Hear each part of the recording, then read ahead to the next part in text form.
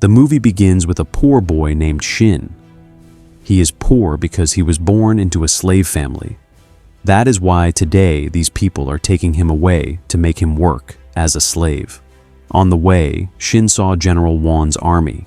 As soon as he saw the general, Shin's face lit up because that general was the greatest general on this earth, whom no one had ever defeated, and Shin also wanted to become like him. But right now, the poor boy's condition was very bad. The man who bought him was a very cruel person. On the very first day, he started making him do work that Shin did not even know how to do, and whenever Shin made even the slightest mistake, he would beat him badly. There was another boy there named Rocky, who was already working there. Since Shin was new, he did not know anything, so Rocky taught him everything. Poor Shin could not tolerate this, so he told Rocky that one day he would run away from here. Then Rocky told him that he was a slave and could not escape from this slavery. But if he picked up a sword, then maybe he could get out of this trap. Then one day, on the excuse of collecting wood, both of them stayed in the forest. There, Rocky told Shin about swordsmanship. Rocky said that he would have to do it thousands of times. Only then would he learn how to use a sword and become a great general. Hearing this filled Shin with a different kind of excitement. And from that day on, both of them started going to the forest every day to practice. Many years passed while they practiced. We see that Rocky was very fast in swordsmanship, but Shin was no less. One day while they were practicing, a man was standing far away watching them. This man's name was Shobu, who was King I's special man. But Shin did not know this, so he got angry at him. When both of them returned home in the evening, Shobu was already there talking to their owner. Their owner said that he had come to take Rocky with him.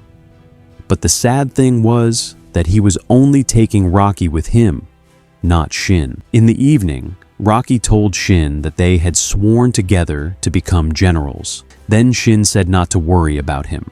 This was a very good opportunity for Rocky. He had to go with them. Before leaving, Rocky told Shin to keep training. They would meet again soon. After that, Shin spent all day training to improve himself. Many months passed while he trained. He was gradually getting much better. Then one night while Shin was sleeping, he heard some strange noises from outside. When he went to check, he found Rocky lying there in an injured condition. Shin could not understand what had happened to Rocky. Rocky told him that the king's brother had rebelled to become king, and while protecting the king, he had ended up in this condition. Now Shin would have to complete his unfinished work. As soon as he said this, Rocky died. Poor Shin could not bear this shock, and he was also very angry. Then he swore that he would kill all the people responsible for Rocky's death. After that, he immediately took Rocky's sword and left. On the way, he met some people from a local tribe who wanted to rob him, but Shin defeated all of them in a short time. Meanwhile, the king's brother Jack was celebrating becoming king. Then he learned that the person he had killed, thinking he was the king, was actually the king's look-alike. His real brother was still alive. Meanwhile, Shin reached the place Rocky had told him about before dying. There Shin saw a man who looked exactly like Rocky. In fact, this was King Ic. Ic asked if he was Shin. Before Shin could understand anything, an assassin attacked. He had come to kill King Ic. He said that Ic had fooled them well with the help of his look-alike, but now he would die by his hands.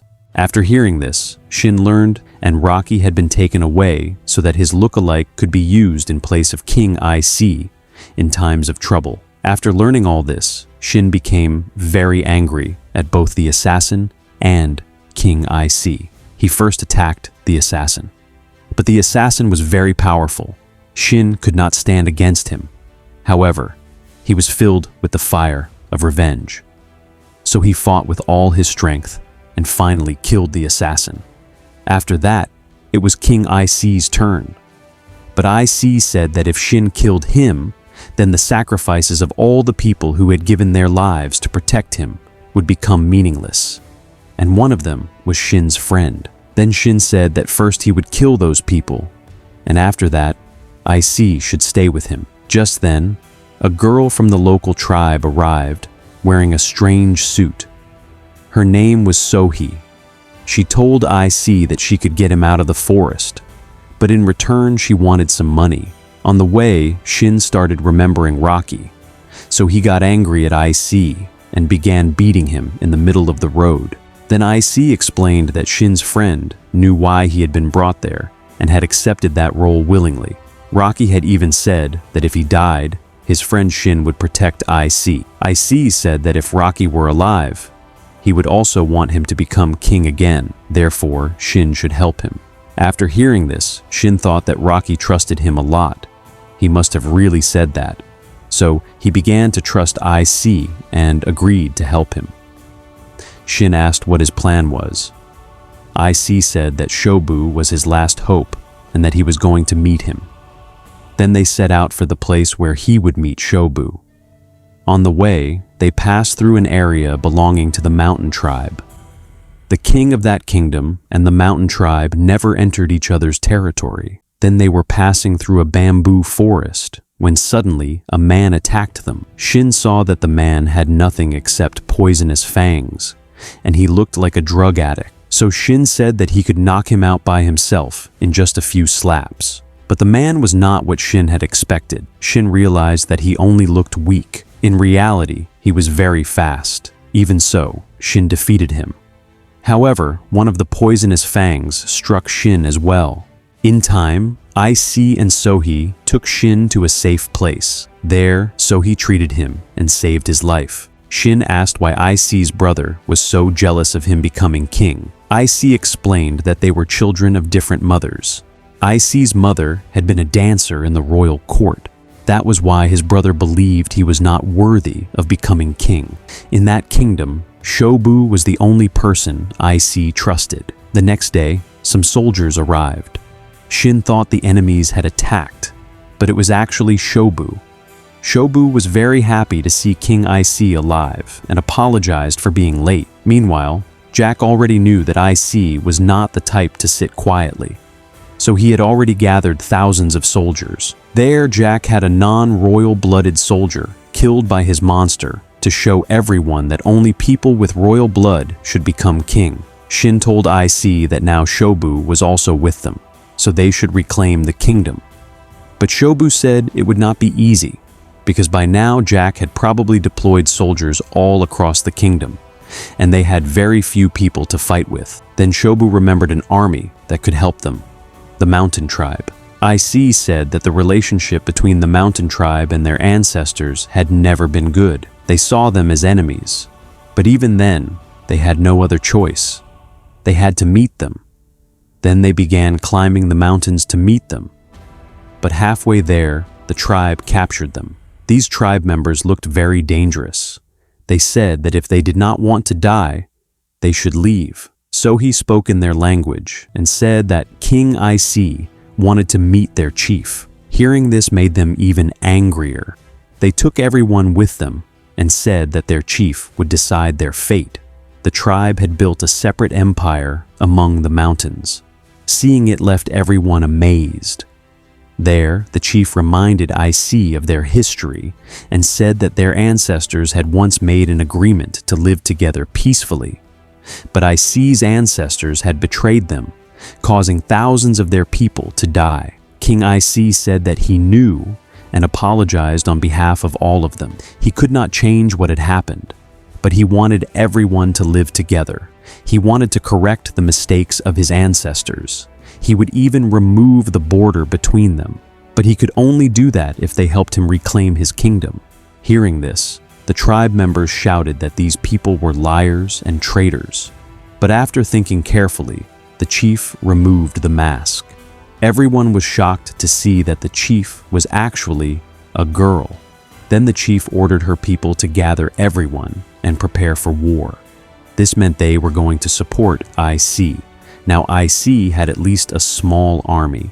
Because they had few people, IC came up with a brilliant plan. The mountain tribe always wore masks. IC used that to his advantage. They all stood outside the palace wearing masks and sent a message that the mountain tribe wanted a peace agreement. Jack thought it would be good if the tribe joined them too, so he sent some ministers to bring the chief inside. However, the minister said that only 50 people could enter with the chief, while the rest would have to wait outside. Before entering the palace, a soldier said they would have to leave their weapons there. The chief replied that they had done the same thing last time and had only been betrayed. After hearing this, they were allowed to keep their weapons because the ministers thought such a small number of people could not do any harm. As soon as the main gate of the palace opened, IC began the war. Their only goal was to reach Jack because once he was captured, his army would be powerless. Then they split into different groups and moved forward. Shin led one group, while IC led another. As soon as IC went a little farther inside, many soldiers were already waiting for him. But the real problem began when the soldiers above started raining arrows down on them. Many tribe members were killed. Seeing this, Shobu said they should retreat because they could not fight like this. But the chief had a different plan. As soon as the soldiers were distracted, all the people who had fallen to the ground stood up and started killing them. In reality, they were extremely strong. Those small arrows could not do much to them. In no time, they wiped out all the soldiers there. Meanwhile, Shin was trying to reach Jack through a secret route, but General Saji was already waiting for him. Saji was so powerful that he could defeat all of them by himself. However, he was only looking for IC, so when he did not find him there, he left. Even here, Shin's people started overpowering Jack's army. Jack was happy that his brother had come there to die. Jack also had a giant monster. When it entered the battlefield, fear appeared on Shin's face for the first time. The monster began grabbing people and throwing them around. At one point, it seemed like it would defeat everyone by itself. But then Shin knocked it down and cut its throat. After that, Shin reached Jack's room. But Jack was not afraid at all because General Saji was there. Even the mountain tribe could not do anything to Saji. Looking at him, it seemed like all of this was child's play for him. Meanwhile, IC and the others were exhausted from fighting because there were too many soldiers against them. It was very difficult for them to hold their ground. But seeing their king fight so bravely filled them with enthusiasm, and they started fighting again with all their strength. Meanwhile, Saji was beating Shin as if he were beating a child. He beat everyone there unconscious. Only Sohei and Shin remained. Shin's condition became so bad that he could not even move. Then Rocky appeared in Shin's dream and motivated him. At that moment, Saji was about to kill him, but Shin got up again and started fighting. For the first time, blood came out of Saji's body. Finally, Shin used the move he had been practicing since childhood. Shin's sword sliced through Saji's sword and pierced his chest. As soon as Saji died, Jack had no choice but to surrender. Seeing this, all the ministers abandoned him and ran away. Sohei tried to stop one of them, but he stabbed her. However, because Sohei always wore armor underneath her strange clothes, she survived. After that, Shin brought Jack outside and told everyone that their king was now in their custody, so they should lay down their weapons. After that, no one followed Jack's orders anymore. Seeing this made Jack furious, so he attacked IC. But IC only beat him enough to punish him and did not kill him.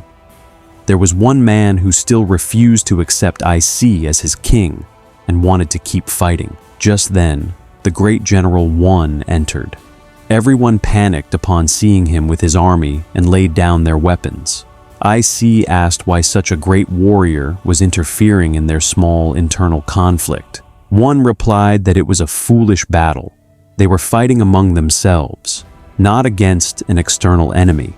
Then Juan asked IC what kind of king he would become, and told him to think carefully before answering. IC replied that he wanted to build a nation where everyone lived together. There would be no borders and no wars. IC answered Juan's questions correctly, so Juan was pleased and declared that the war was over. Everyone should go home. However, the man who wanted to kill IC stepped forward. Then Juan showed him what happened when someone disobeyed him. Seeing Juan's power, everyone bowed their heads before him. When Juan was about to leave, Shin said that his name was Shin, and that one day he would become the greatest general on this earth. Juan smiled and replied that Shin should prove those words when they met in a real war. After that, King IC got his kingdom back, and Shin also proved that one day he would definitely become a great general. And with that, this amazing movie came to an end.